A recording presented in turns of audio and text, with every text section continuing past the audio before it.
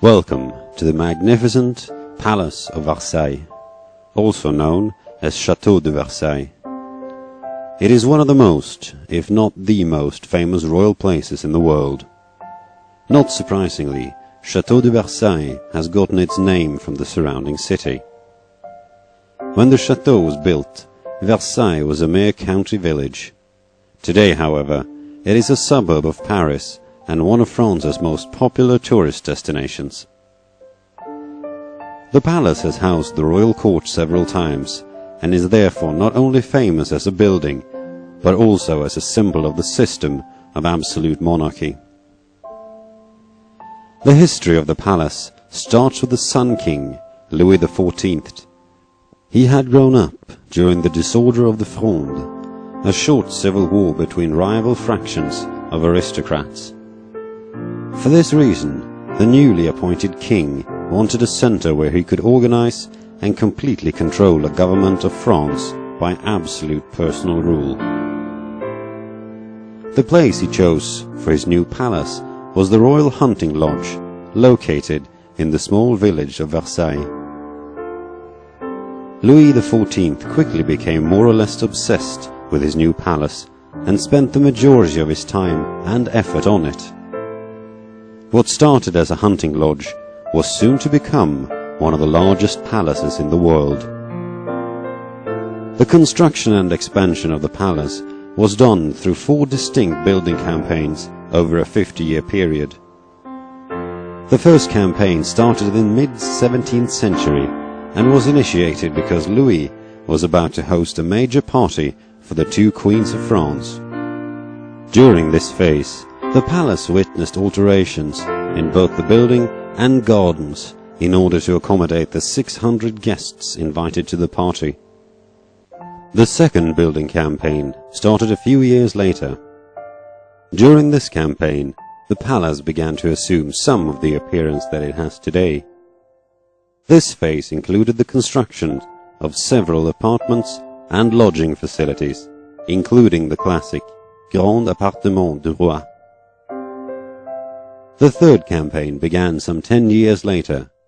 During this phase, the Palace of Versailles acquired much of the look that it has today, including the brilliant Hall of Mirrors.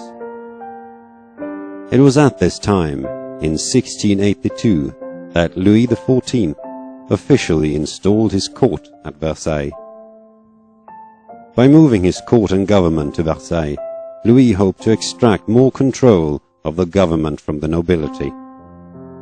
By now, all the power of France emanated from this center.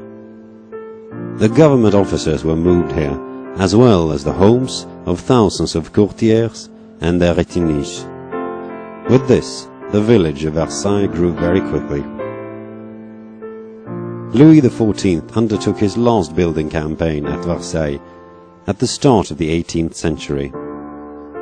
The fourth building campaign concentrated almost exclusively on construction of the royal chapel, as well as some modifications in the Appartement du Roi.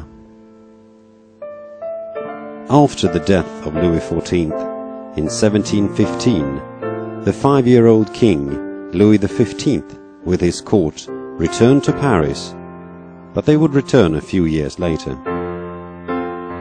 During the reign of the new king, Versailles underwent transformation, but not on the scale that had been seen during the reign of his father. The same was true for his successor, Louis XVI. Much of his contributions to Versailles were largely dictated by the unfinished projects left to him by his grandfather. Not surprisingly, Château de Versailles lost its function as a royal palace after the French Revolution at the end of the 18th century. The temporary government in charge, the National Convention, arranged for the majority of the palace furniture to be either sold or rented. Only items of particular artistic or intellectual value were exempt from this sale. These items were consigned to be part of the collection of a museum, which had been planned at the time of the sale of the palace furnishings.